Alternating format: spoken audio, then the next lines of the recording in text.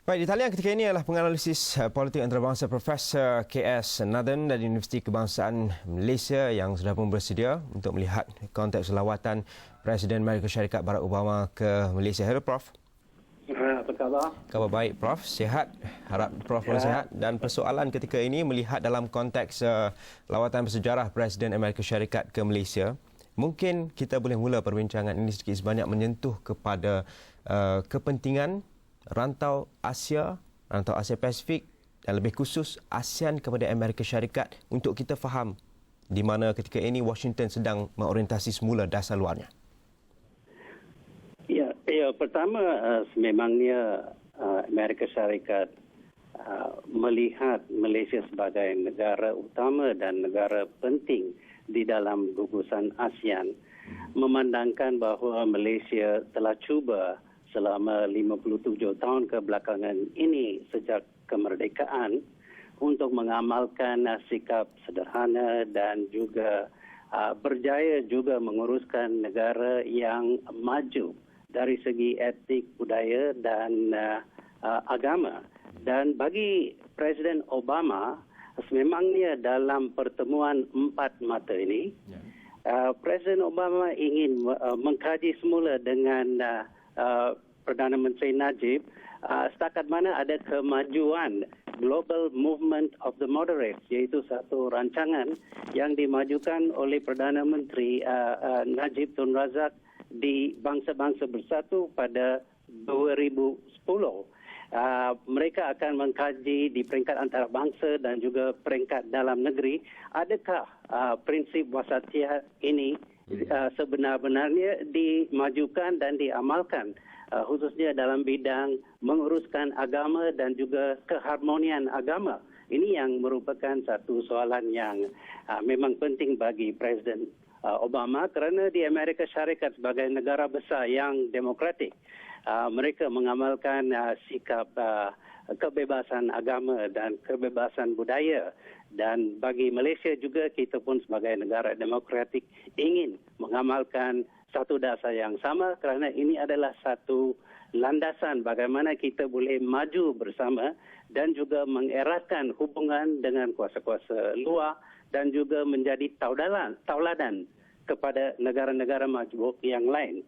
Saya rasa itu adalah satu soal yang akan dibincangkan oleh mereka, sama ada setakat mana Malaysia sendiri mengamalkan di dalam negeri sikap wasatiyah, khususnya dalam bidang agama dan etnik dan budaya.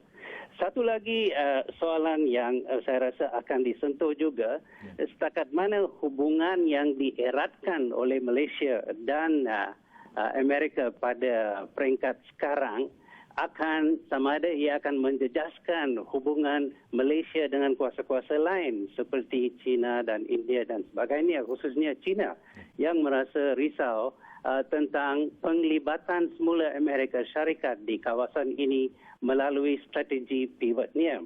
Saya rasa Perdana Menteri Malaysia dan juga Presiden Amerika Syarikat akan membuat keputusan bahawa ini tidaklah satu dasar untuk membendung China di kawasan ini, tetapi untuk mencari satu kerangka di mana semua kuasa besar boleh membabitkan diri dalam pembangunan serantau, memandangkan hakikat bahawa tahun depan Malaysia sendiri akan mempengerusi ASEAN.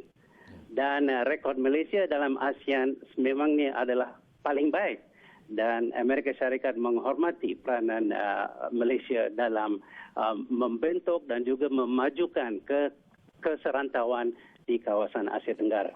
Okey, dan pada masa sama Prof, kita juga melihat dalam konteks ekonomi di mana ada hujah mengatakan penganalisis di rantau Eropah dan juga Amerika sendiri yang menyifatkan pivot to Asia dasar ketika ini yang menentukan kejayaannya dalam konteks ekonomi adalah perkongsian Trans-Pasifik TPP itu sendiri. Bagaimana Prof membacanya? Ya, saya rasa ini adalah satu rancangan Amerika Syarikat, sebahagian daripada rancangannya untuk melibatkan semula secara lebih giat di kawasan ini, memandangkan juga hakikat bahawa Asia Pasifik adalah rantau yang pesat bertumbuh dari segi ekonomi.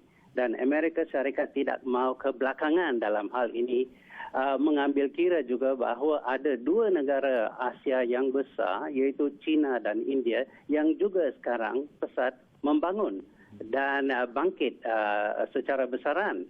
Kalau Amerika Syarikat tidak mengkaji semula dasar penglibatannya, sememangnya ia akan mengorbankan ruang kepada kuasa-kuasa lain.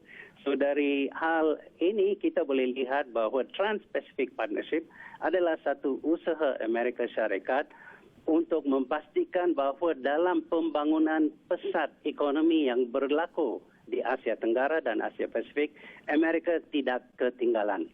Okey, baik. Terima kasih Prof dengan pandangan serta membaca analisis lawatan Barack Obama serta kaitannya dengan dasar mengimbangi semula serta condong ke rantau Asia. Kita berehat seketika. Kita akan kembali selepas ini lagi warna-warni berkaitan dengan lawatan Presiden Barack Obama ke Malaysia.